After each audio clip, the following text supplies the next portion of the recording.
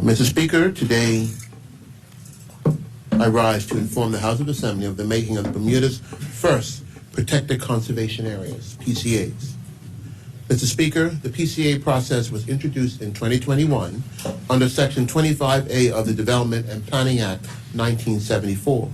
PCAs were introduced to allow for the designation of areas of special protection, such as 1, the protected plants and animals and their habitat; 2, to preserve an area in its natural state by limiting development; 3, to preserve natural or historical monuments; or 4, to protect arable land.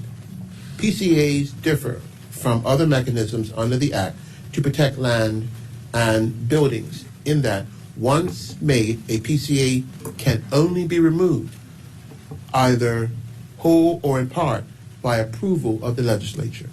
This process can therefore afford a greater degree of protection in the long term. Mr. Speaker, I am pleased to confirm that on the 31st of October 2022, PCAs were made via the Development and Planning 5th Schedule Amendment Order 2022 in 2 locations, Riddell Bay, Warwick, and White Crest Hill, Smith. Mr. Speaker, the PCA for Riddell Bay comprises 16.6 acres of the former golf course, which is now designated as a nature preserve, to be allocated principally for plants and habitat for local wildlife. This PCA followed a special development order which approved a low-density residential subdivision of 18 lots. Mr. Speaker, the PCA at White Crest Hill comprises areas totaling 3.4 acres, which are now designated as open space preserve to remain as such in perpetuity for the enjoyment of the public.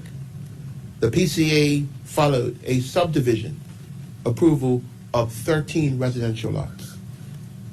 Mr. Speaker, to make both of these PCAs, especially in the case of Riddell Bay, represents significant public and environmental benefits and demonstrates what can be achieved through the planning process.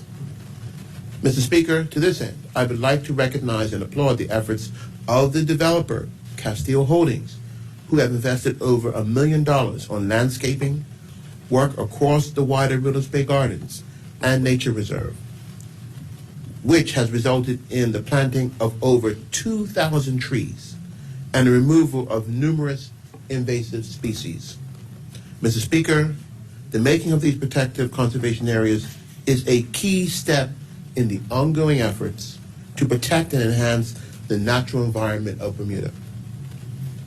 These cases, together with the preceding subdivision approvals, highlight the proactive role of the Department of Planning to achieve positive outcomes through constructive collaboration with developers.